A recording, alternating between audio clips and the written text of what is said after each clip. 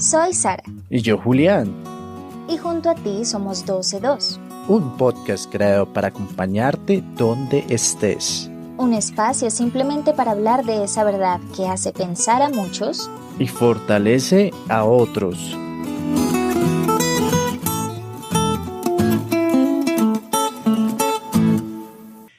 Toda la Biblia es acerca de Jesús. La palabra de Dios fue escrita para ayudarnos a amar al Dios de la palabra y a su Hijo el Señor Jesucristo. Cuando así lo hagamos, seremos guiados a una verdadera adoración. El salmista David proféticamente escribió acerca de la cruz del Señor Jesucristo. Sabía que la crucifixión fue una forma romana de ejecución. No aparece en los primeros 800 años de la historia judía. En la Biblia, en los tiempos de David, la gente era ejecutada por apedreamiento, pero aquí encontramos por inspiración divina una profecía acerca de la cruz. Note la parte final del Salmo 22, verso 16. Horadaron mis manos y mis pies. David profetizó las palabras de Cristo desde la cruz, registradas en Mateo 27, 46. Ahora entienda bien lo siguiente. Jesús no estuvo citando las palabras de David. Fue David quien proféticamente citó las palabras de Jesús.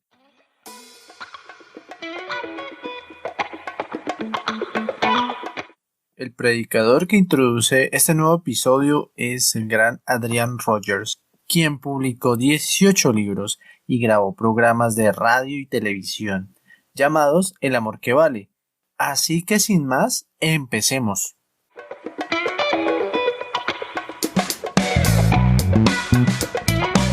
Y es que Jesús es el centro de todo, así como decía el pastor Adrian Rogers. Buen día para ti que nos estás escuchando en este momento.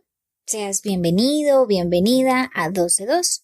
Hoy tenemos el gran honor de hablar sobre el Hijo de Dios, sobre Jesús. En el episodio anterior estuvimos hablando sobre el pecado, porque fue la razón precisamente por la que Jesús llegó a la tierra. Y 2 episodios atrás tuvimos una entrevista con Dios. Así que si aún no has escuchado estos 2 episodios, no pasa nada, puedes escucharlos después de que termines de escuchar este. También saludamos a Julián. Hola Sara, muchas gracias por tu saludo y también saludamos a todos nuestros oyentes. Gracias, Juli. Bueno, ¿y qué tal si antes de empezar hablamos un ratito con Dios? Padre, Dios de los cielos, nuevamente gracias por reunirnos para escuchar tu palabra. Guía nuestros corazones, nuestras mentes y háblanos. Que tu Espíritu Santo esté con nosotros siempre. Amén. Todas las canciones que les recomendamos están siempre basadas en el tema del episodio. Sobre Jesús encontramos un montón de canciones y escogimos las siguientes 2 porque hablan de una manera poética sobre la vida de Jesús. La primera es Rey de Reyes, interpretada por Twice, y la segunda es La Cruz, de Lid. Ambas canciones ya están en nuestra playlist de Spotify. El link está en la descripción de este episodio. Alguien alguna vez dijo, la fe cristiana no es una fe ciega. ¿Qué crees que significa esto? Es una excelente pregunta, Sara. Yo creo que muchos de nosotros tenemos ese cuestionamiento o nos hacen ese cuestionamiento de por qué nuestra fe no es ciega, o nos hacen la pregunta de por qué su fe no es ciega. Dios nos da en la Biblia todas las pruebas para que tengamos la seguridad de la resurrección de Jesús, porque de no ser así, pues vana sería nuestra fe. Es decir, el pilar fundamental de la fe cristiana es el evento de la resurrección. Sin ese evento, si ese evento se demuestra que no es cierto, es falso, pues simplemente estamos siendo mentirosos hablando de algo que no es cierto. Sin embargo, existen muchas pruebas, muchos estudios, pero nada más revelador que la misma Biblia. Detrás de la Biblia viene un conjunto de estudios, uno en especial llamado la apologética, que es la defensa de la fe. Allí existen argumentos bien estructurados de por qué nuestra fe tiene unas bases de verdad bien sustentadas. Es cierto, es decir, la fe se ve respaldada con todo lo que dice la Biblia porque todo su contenido habla sobre Jesús y el hecho principal del cristianismo es Jesús. Jesús hizo declaraciones muy fuertes, no solo para esa época, sino incluso para nuestros tiempos. Vamos a poner un ejemplo. Él dijo en Juan 11:25, Yo soy la resurrección y la vida. El que cree en mí vivirá aunque muera, y todo el que vive y cree en mí no morirá jamás. ¿Qué crees tú que se refería a Jesús al decir que no morirá jamás el que crea en él? Él está hablando de la salvación, que es una consecuencia del evento de la resurrección. Si Cristo resucitó, somos salvos. Es decir, tenemos una eternidad con Dios, con el Padre. Así que, además de la salvación, Jesús nos dio la entrada a la morada de Dios por la eternidad. Cuando Jesús se vuelve el centro y el todo de nuestras vidas, tenemos la seguridad que al morir iremos a morar con Él en el cielo. Es decir, nosotros estamos destinados a morir, a estar separados de Dios por siempre. Pero el sacrificio de Cristo y su resurrección evidencia que ha vencido a la muerte. Por lo tanto, nosotros somos salvos a través de Él. Eso es lo más bonito de esto, de que no simplemente somos un producto al azar que nace, se desarrolla y después de un tiempo muere, sino que tenemos un destino con Dios, o tenemos algo más que hacer después de esta vida, lo que lo hace más interesante. Y es que no solo las palabras que dijo Jesús fueron controversiales para esa época y para la nuestra, sino toda su vida. Tan importante es que contamos los años desde su nacimiento. Por eso tenemos un antes de Cristo y un después de Cristo en los años. Él dividió la historia de la humanidad. No lo hizo Sócrates, no lo hizo Buda, no lo hizo Nietzsche. Claro, estas afirmaciones son bastante fuertes, o sea, del gran número de afirmaciones o declaraciones que tiene la Biblia acerca de Jesús y lo que Él dijo, son declaraciones que ahora o siempre han sido muy controversiales para la sociedad en la que estamos viviendo, y más en este momento que se ven tantas cosas, que estamos en una lucha contra eventos que se han agravado aún más, y es, por ejemplo, lo que dice Hechos 4:12. En ningún otro hay salvación, porque no hay bajo el cielo otro nombre dado a los hombres mediante el cual podamos ser salvos. Es decir, se complementa con otro versículo que Jesús es el camino, la verdad y la vida. ¿Sí? Él no es una opción, Él es el único camino, no hay otro, no existe otro como Él. Y eso para la sociedad de ahora es un poco difícil de asimilarlo. Primero, por muchos factores, no estudian realmente lo que el cristianismo quiere para nosotros, simplemente lo rechazan porque les parece locura. Y a la voz de nosotros podemos asegurar que es la locura más maravillosa que ha pasado en nuestras vidas. Hemos dicho ya varias veces que la vida, lo que él dijo, fue controversial. Y en el desarrollo de este episodio vamos a ir descubriendo por qué fue controversial, qué fue lo que él dijo, por qué causaba tanta revolución cuando él pisaba cualquier calle. Así que estaremos hablando del ser que marcó la historia de toda la humanidad. Tenemos dos hechos. Por ejemplo, en la Navidad, ¿qué celebramos en la Navidad? El nacimiento de Jesús. Semana Santa. ¿Qué celebramos en la Semana Santa? La muerte y resurrección del Señor Jesucristo. Así que en este episodio estaremos hablando de Jesús, esa figura que marcó una gran huella en la historia de la humanidad. Pero antes, vamos a irnos a Galilea con la cápsula informativa. 5. All 3 engines up and burning. 2, 1, 0 and lift. Galilea viene del hebreo Galil, que significa el rollo. Es una región montañosa y rocosa en el norte de Israel. Por estar entre el mar Mediterráneo y el mar de Galilea, sus principales actividades son la agricultura y la pesca. Galilea tiene un peso significativo, digno de análisis bíblico. Fue designada como ciudad de refugio y fue allí precisamente donde José y María escaparon de Herodes por sus deseos sanguinarios de dar muerte al Mesías que llevaba María en su vientre. Galilea tenía una mala reputación. Se decía que nada bueno procedía de allí porque era un pueblo de pecadores. Sin embargo, la importancia divina de Galilea fue dada por el profeta Isaías hablando sobre el Cristo muchos años atrás. Él dijo: a pesar de todo, no habrá más penumbra por la que estuvo angustiada. En el futuro honrará a Galilea, tierra de paganos. La palabra paganos o gentiles se refiere a las personas que no conocen al Dios de Israel ni pertenecen a este pueblo. Es por eso que antiguamente se le conocía como Galilea de las Naciones, porque era habitada por muchos extranjeros. Esta promesa de Isaías se cumplió cuando Jesús comenzó su evangelio en Galilea.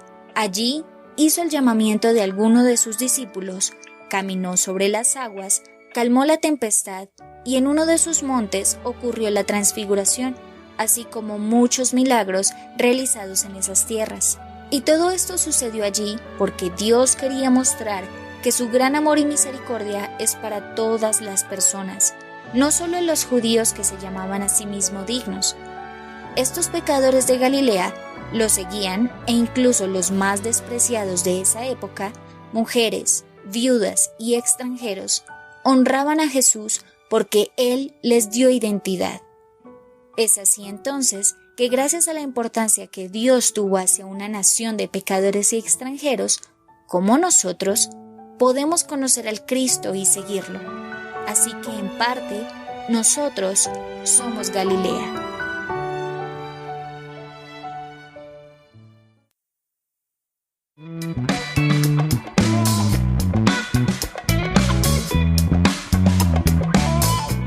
Muchas gracias, Sara, por esa gran información que nos has dado. Datos importantísimos sobre Galilea. Esta cápsula informativa fue muy importante para el episodio de hoy. Ahora bien, vamos a ir a varios momentos claves para la humanidad. El primero de que vamos a hablar es el del nacimiento de Jesús, evento importante. Cristo vino a este mundo como el único Hijo de Dios. Esta frase es muy controversial, o siempre lo ha sido. Pero, ¿por qué Él lo hizo? La primera razón por la que el Señor Jesucristo vino a la tierra fue para dar cumplimiento a todas las profecías de las que se hablaron de Él en el Antiguo Testamento. De hecho, Él lo dijo en Lucas 24:44. Voy a leerlo. Cuando todavía estaba yo con ustedes, les decía que tenía que cumplirse todo lo que estaba escrito acerca de mí en la ley de Moisés, en los profetas y en los salmos. Fueron más de 300 profecías que hablaban sobre el Mesías esperado, así que la primera razón por la que Él vino a este mundo fue para dar cumplimiento a esas profecías. La segunda gran razón era para mostrarnos quién era el Padre, quién era Dios, qué era lo que quería Dios. Como lo dice Juan 14, 8 al 9, Señor, dijo Felipe, muéstranos al Padre y con eso nos basta. Pero Felipe, tanto tiempo llevo ya entre ustedes y todavía no me conoces. El que me ha visto a mí, ha visto al Padre. Jesús era Dios en cuerpo humano y Él lo hizo con el propósito de mostrarnos quién es Dios. Esta afirmación es la que más ha causado también controversia porque está diciendo que Jesús era Dios y estamos viendo parte de la Trinidad aquí con la figura de Jesús. Tenemos a Dios Padre y Dios Hijo, algo que es muy importante en nuestra doctrina. La tercera razón es para salvarnos. ¿Para salvarnos de qué? De nuestros pecados, de ir a la condenación. Segunda de Timoteo 2:11 dice: este mensaje es digno de crédito y merece ser aceptado por todos, que Cristo Jesús vino al mundo a salvar a los pecadores. En muchos versículos del Nuevo Testamento se ve la figura de Jesús como Salvador, Salvador de pecado. Una cuarta razón es porque nosotros, los seres humanos, somos unas criaturas frágiles. Somos fáciles de corromper, somos fáciles de caer en cualquier cosa que no tenga nada que ver con Dios. Estamos listos para quebrantar las leyes de Dios.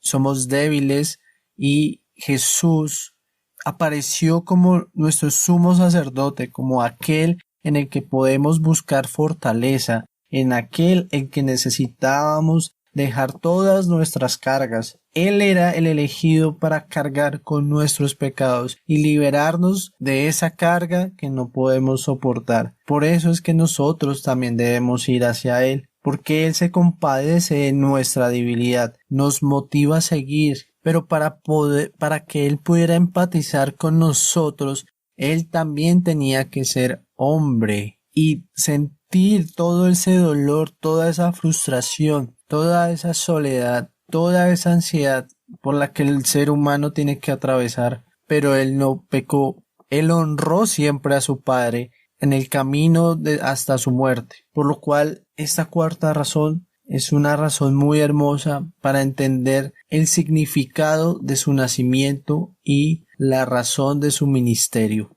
Y la quinta y la más grande razón es Juan 3:16, que Dios nos amó tanto que no escatimó, que no se privó de entregarnos su Hijo para que muriera en lugar de nosotros. Otro versículo de la Biblia dice que la paga del pecado es muerte. Nosotros debíamos morir. Pero gracias a lo que hizo Jesús, nosotros ahora no moriremos, sino que viviremos por siempre al lado de Él. Ahora, volviendo nuevamente al nacimiento de Jesús, Él vino a través de una virgen, y ella era precisamente de Galilea. Como Jesús no podía venir con el ADN pecaminoso que traemos desde Adán, así que el Espíritu Santo formó el cuerpo de Jesús en el vientre de María.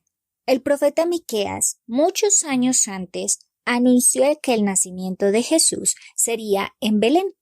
Esto también para cumplirse otra profecía de que el rey de Israel iba a nacer de la generación del rey David.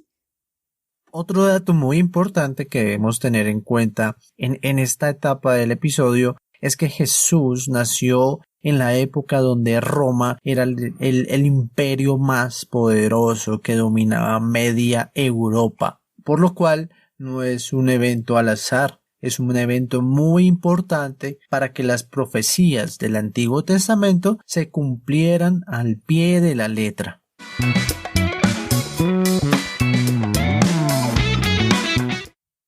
Mientras estuvo en la tierra, Jesús vivió una vida sin pecado y perfecta. Hasta los 30 años aprendió y ejerció el oficio de la carpintería, y en sus últimos 3 años formó una revolución histórica. Y es que Jesús no es simplemente un hombre como nosotros. La Biblia nos enseña que Jesús fue mucho más que un profeta, un maestro, un hombre devoto. De muchas facetas podemos ilustrar a Jesús. Dios, en su infinito amor, lo envió a nosotros. Los historiadores y antropólogos han estudiado la vida de Jesús y han llegado a la conclusión de que él vivió 33 años. 30 años lo vivió al lado de su padre, compartiendo el ejercicio de la carpintería, pero los últimos 3 años en los que él vivió, le dio una interpretación a la Biblia con todas sus enseñanzas y predicaciones. Fue allí donde todas las palabras empezaron a cobrar vida, de esas palabras que tanto hablaban de él. Pero ¿por qué Jesús, en su ministerio, en su vida, se atrevió a decir que era Dios? Cristo utilizó el nombre personal de Dios, Yahweh, que significa yo soy, el que soy. El mismo que Dios le reveló a Moisés cuando él le preguntaba por su nombre. Para los judíos, para entender un poco, para los judíos el nombre de Dios no puede ni siquiera ser pronunciado porque era demasiado santo. Y aquí ya estamos viendo cómo se comportaban los judíos, los líderes espirituales del pueblo judío, del pueblo de Israel. Cuando Jesús caminó sobre las aguas, un gran milagro, los discípulos, asustados pensando que era un fantasma, gritaron, pero Jesús les dijo: «Hey, cálmense, soy yo». O cuando Jesús les salió al encuentro a los soldados que le iban a arrestar y les pregunta: «¿A quién buscan?». Y le respondieron: «A Jesús». Y él mismo les dijo: «Yo soy». Y ellos retrocedieron y cayeron a tierra. No es simplemente un relato para adornar la historia de Jesús. Es el impacto que él generaba con su presencia y su poder, su gracia, su grandeza, porque es el Rey de Reyes.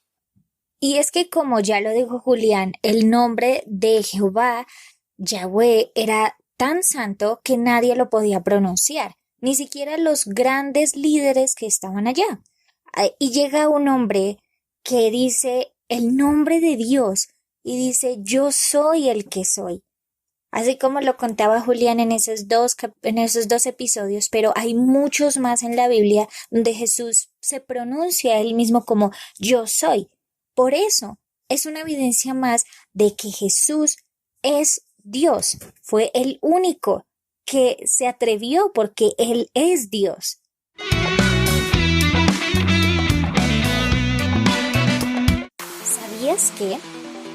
¿Sabías que la reacción física que tuvo Jesús al sudar sangre en el monte Getsemaní mientras oraba: «Dios, si es posible, pasa de mí esta copa», es en realidad una respuesta fisiológica a una situación máxima de estrés llamada hematidrosis? Generalmente le ocurre a las personas que saben que van a morir, como a los soldados. La constricción de los vasos es tan fuerte que aumenta la presión arterial y la sangre se dirige hacia donde hay dilatación, es decir, hacia las glándulas sudoríparas.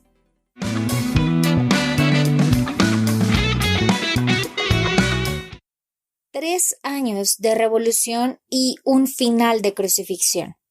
Ese día Jesús recibió el pecado de todo el mundo en su cuerpo. Fue a la cruz para pagar esa pena. Solo Él podía hacerlo porque Él fue el único sin pecado. Así como en el antiguo Israel, que los sacrificios agradables a Dios eran sin mancha y sin defectos. La peor muerte en la ley judía era por apedreamiento, pero aquí comienza lo grandioso del relato.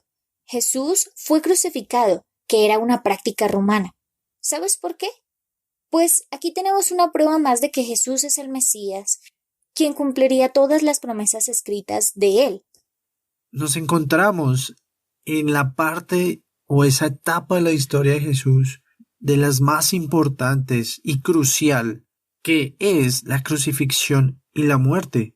Pero, ¿por qué era necesario que Dios mostrara su justicia? A través de la historia, Dios había mostrado su gracia a muchos hombres y ahora nos muestra su tolerancia pasando por alto los pecados del hombre. Quiero que entiendan algo. Dios es amor, pero también es justicia. Él no manda a nadie al infierno. Nosotros solitos, alejándonos de Él, somos culpables de todo y solitos nos ponemos en ese lugar lleno de oscuridad donde estaremos lejos por siempre de la presencia de Dios. Mateo nos da grandes detalles del ministerio de Cristo, desde la genealogía, su nacimiento, huir de ser asesinados, su bautismo, pasar por los problemas comunes del hombre y sus angustias, buscar sus primeros discípulos, ver cómo su elocuencia y sabiduría cautivaban a su pueblo. Allí se desarrolla el gran sermón del monte, donde sus grandes enseñanzas nos cautivan y destapan nuestros corazones. Desde esa gran base sólida como la roca, sus milagros se presentan, aunque eso signifique locura para nuestra sociedad, enferma moralmente. Mientras Jesús sanaba, sus discípulos eran testigos de primera mano de tales maravillas, y aunque tales maravillas y tales sucesos ocurrieran, los líderes supuestamente espirituales de Israel desechaban no solo a Jesús, el Mesías que ellos esperaban tanto, sino que en el pasado habían asesinado a todos los profetas mensajeros de Dios. Y aquellos mismos que asesinaron a Jesús, su Mesías, representan lo que somos ahora nosotros espiritualmente. Decimos que creemos en Dios, pero ni le amamos ni le honramos. Es tiempo, hermanos, que entreguen su corazón al Rey de Reyes, el único que puede traer paz a tu vida. Lo más hermoso del Antiguo Testamento es que la muerte de Jesús fue anunciada muchísimos años atrás por el rey David. En el Salmo 22, por favor, revisen, léanlo, maravíllense con este salmo. Y en Isaías 53, que es uno de los capítulos que más me ha maravillado y ha tocado mi corazón, habla con detalles de los sufrimientos que viviría Jesús, y sucedió exactamente como él dijo. Fue avergonzado, se burlaron, lo lastimaron. Todas las profecías se cumplieron, incluso aquella que declaraba: la paga del pecado es muerte. Después de que Jesús murió, pasaron 3 días para que se cumpliera la promesa de la resurrección. Sin embargo, hay personas que no creen en la resurrección, que dicen que eso no existió, que no es posible, pero permítanme, voy a leer lo que dijo Pablo respecto a esta pregunta. ¿Cómo dicen algunos de ustedes que no hay resurrección? Si no hay resurrección, entonces ni siquiera Cristo ha resucitado. Y si Cristo no ha resucitado, nuestra predicación no sirve para nada, como tampoco la fe de ustedes. Aún más, resultaríamos falsos testigos de Dios por haber testificado que Dios resucitó a Cristo, porque si los muertos no resucitan, tampoco Cristo ha resucitado. Y si Cristo no ha resucitado, la fe es ilusoria y todavía estamos en pecado. Esto lo dijo Pablo en 1 Corintios 15, del 12 al 19. Muchos dicen que creer en un Cristo resucitado no es más que un acto ciego de fe con poca o ninguna base en la verdad.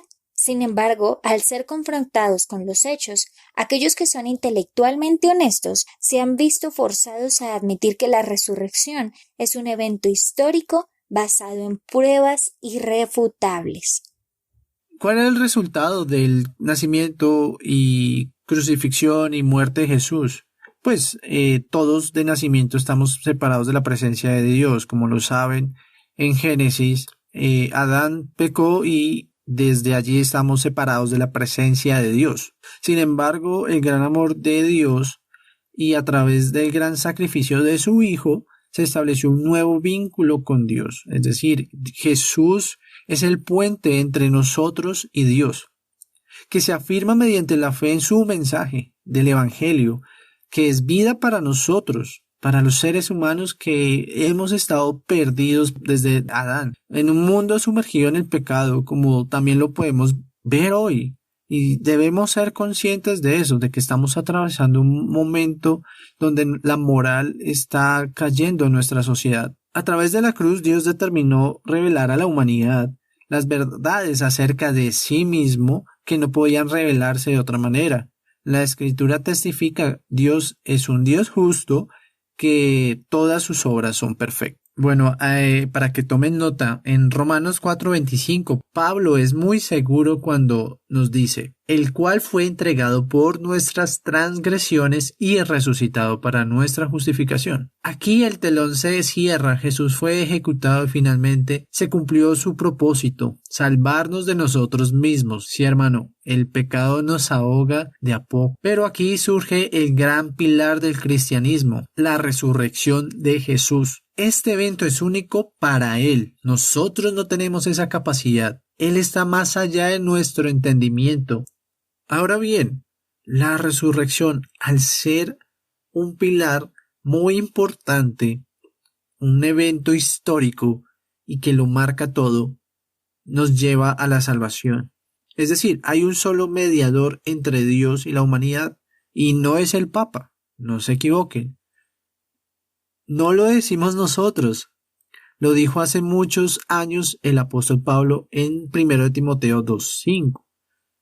Así que no es un hombre en una iglesia, no es un santo o una virgen, no es una comunidad, solo Jesucristo quien intercede por nosotros ante el Padre. No lo olviden, solo Jesús puede perdonar pecados, solo Jesús puede realmente escucharnos e interceder por nosotros ante el Padre. Él es nuestro abogado, Él es el que nos va a cuidar, nos va a justificar ante nuestro Padre. Y es que hablar de salvación sin mencionar el pecado es como si estuviéramos negando la mitad de la vida de Jesús. Otra de las palabras revolucionarias que él dijo fue: yo soy el camino, la verdad y la vida. Cuando Jesús dijo esto, nos hizo ver a Dios como realmente es, porque no es posible ver a Dios si no conocemos a Jesús. Y conociendo a Dios, el pecado del cual ya hablamos en un episodio anterior, se vuelve tan sensible para nuestra conciencia que comenzamos a sentir, a ver y a pensar como Cristo lo haría. La salvación nos hizo ponernos en la misma posición como Jesús veía a Dios mientras Él estaba aquí en la tierra. Así que, si tú quieres conocer quién es Dios, primero debes conocer quién es Jesús. Gracias al regreso del Mesías, es decir, Jesús, su vida, su ministerio aquí en la tierra, su muerte y resurrección, hoy todos podemos nacer de nuevo, y no en un mundo físico como pensaba Nicodemo, sino que gracias a él podemos darle un alto a nuestras vidas, realmente reflexionar como si volviéramos a empezar, es realmente entregar esas cargas a Dios y encontraremos paz a través de él. Después de que Jesús murió y resucitó, estuvo un tiempo en la tierra, y allí les enseñó a los discípulos cómo comenzar el cristianismo. Pero el cristianismo no es como está dibujado actualmente o como se ha venido dibujando, porque Jesús nos enseñó, les enseñó a ellos y nos lo dejó a través de la Biblia, que no es una religión, no es una iglesia. No son costumbres o cosas por hacer y no hacer. El cristianismo es una relación personal con Dios y un amor a las personas viéndolas como si fueran nosotros mismos. ¿Qué diferente sería el mundo si todos siguiéramos realmente las palabras y la vida de Cristo? Preguntas y respuestas. ¿Haciendo buenas obras soy salvo? No, las buenas obras son el resultado de la salvación, pero el mensaje de Cristo es ir a la cruz y como estás, lo que eres realmente, y tus pecados serán perdonados por fe, no por obras, sino por fe. ¿Qué pasa? Que si la salvación fuera por obras, nosotros como somos y como es nuestra naturaleza estaría compitiendo con el otro hermano diciendo: yo he hecho más obras que usted, por lo tanto yo soy más salvo que usted, y nos llenaríamos de vanidad nuestro corazón, lo cual es pecado y no tendría sentido. Entonces, ¿qué es la salvación? Ser salvo significa ser libres de pena y culpa. Entonces, ¿qué debo hacer para ganar la salvación? No debes hacer nada no es algo que tú consigas o compitas para conseguir, es un regalo de Dios por tu fe. ¿Y cómo acepto a Cristo como Salvador personal? Por medio del arrepentimiento y la fe. ¿Y cómo te arrepientes? Suena muy fácil decir arrepentimiento, pero realmente es un ejercicio en el que debes compararte con la ley de Dios y ver si realmente eres muy santo o una excelente persona, buena persona. ¿Nacer en un lugar cristiano me hace salvo? No, claro que no. Cada uno debe aceptar a Jesús en el corazón personalmente, es un proceso. La salvación se da cuando tú reconoces a Jesús en tu vida y lo pones en tu corazón como el centro de todo, como tu prioridad. Ahora vamos a hablar de la vida eterna. Una vez ya conocimos la vida, el ministerio, la crucifixión, la muerte de Jesús y su resurrección, vamos a hablar de lo que es la vida eterna. La palabra vida eterna, que es un dato muy interesante, se pronuncia casi 50 veces en la Biblia. En Juan 5:24, el que oye mi palabra y cree al que me envió tiene vida eterna, y no vendrá a condenación, mas ha pasado de muerte a vida. ¿Qué significa esto? Al momento que nosotros conocemos a Jesús y aceptamos a Jesús, también estamos conociendo al Padre, a Dios, y vamos a tener vida eterna después de la muerte física. No vamos a tener una muerte espiritual, sino vamos a tener otra vida. Jesús nos enseñó que nuestra vida aquí en la tierra tiene un fin, pero después de la muerte estaremos eternamente en el cielo o en el infierno. Un experto de la ley le hizo una pregunta a Jesús. Maestro, ¿qué tengo que hacer para heredar la vida eterna? Jesús le dijo, ¿qué está escrito en la ley? Como respuesta el hombre citó, amarás al Señor con todo tu corazón, con todo tu ser, con todas tus fuerzas y con toda tu mente, y ama a tu prójimo como a ti mismo. Bien contestado, le dijo Jesús, haz esto y vivirás. Este es un relato de Lucas 10 del 25 al 28. Entonces, basado en este relato, ¿cómo podemos obtener la vida eterna? A la pregunta, ¿cómo podemos obtener la vida eterna? Para ello, debemos dejar claro que no es un tema religioso, es un hecho, y como tal debemos asumirlo con toda la seriedad, con todo el compromiso, con toda la necesidad. Al abrir nuestros corazones a Dios, vamos a encontrar el reino, creyendo que Jesús es la vida eterna y el único camino a Dios, porque es el único y Él mismo lo ha declarado, como lo hemos hablado a través de este episodio. Y aquí viene algo que no gusta a muchos, y por eso les cuesta seguir a Cristo, porque además de creer en Él, confesar nuestros pecados, Jesús nos pide que rechacemos y renunciemos a este mundo, a las diversiones de este mundo, a todo lo que no es Jesús, a todo lo que no es Dios. A eso es lo que el hombre teme, a dejar ese mundo fácil y a comprometerse con Dios. Estar dispuestos a hacer lo que Él pida y tengamos el compromiso de seguir sus mandamientos, porque Él que ama su vida la perderá. Quiere decir esto, que si nosotros nos aferramos solo a lo que vemos, a lo que estamos viviendo, a lo material, vamos a perder la vida y no habrá nada más. Perderemos la presencia de Dios, y el que aborrece su vida en este mundo, para vida eterna la guardará. Es aquel que ama a Dios, se enfoca en Dios durante su vida, se compromete de corazón. Y allí, donde hay una muerte física, habrá vida eterna. Donde está tu corazón estará tu tesoro.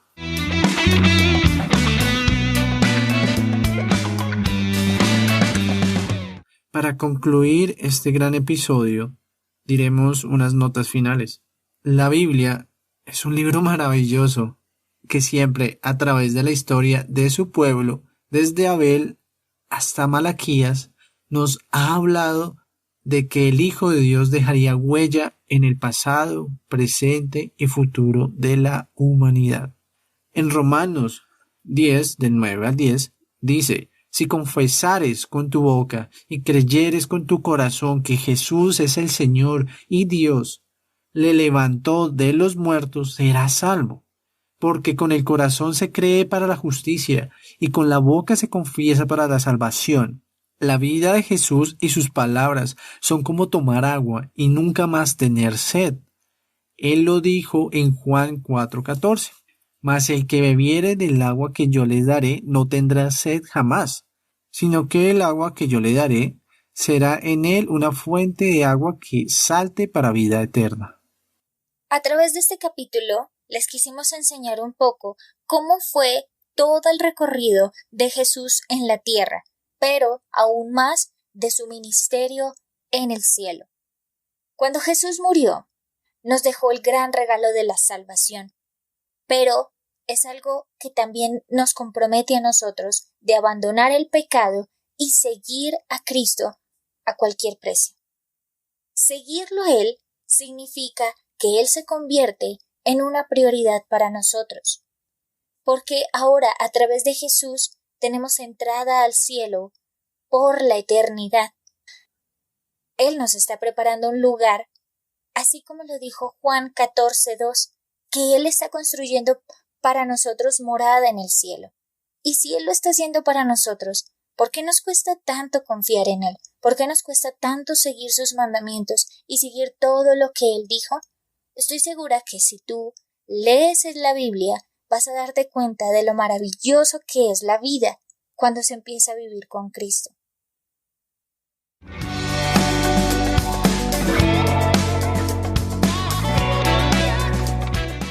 Y para terminar, como siempre, vamos a darle gracias a Dios por este momento que compartimos ustedes y nosotros. Señor Jesús, agradezco el sacrificio que hiciste en mi lugar en esa cruz.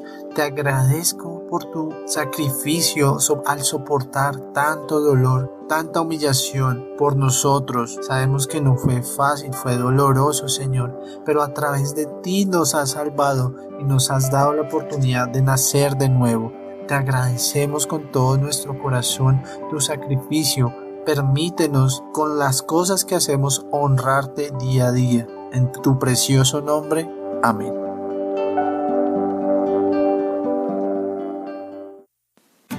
Estamos en todas las redes sociales como @12.2 podcast, en Instagram, Facebook, Twitter, YouTube, Spotify, Anchor, y allí vas a poder encontrar todo el contenido y vas a poder compartirlo para que más gente conozca sobre Dios y su palabra. Puedes escucharlos después de que termines de escuchar este. También saludamos a Julián. Hola, Sara.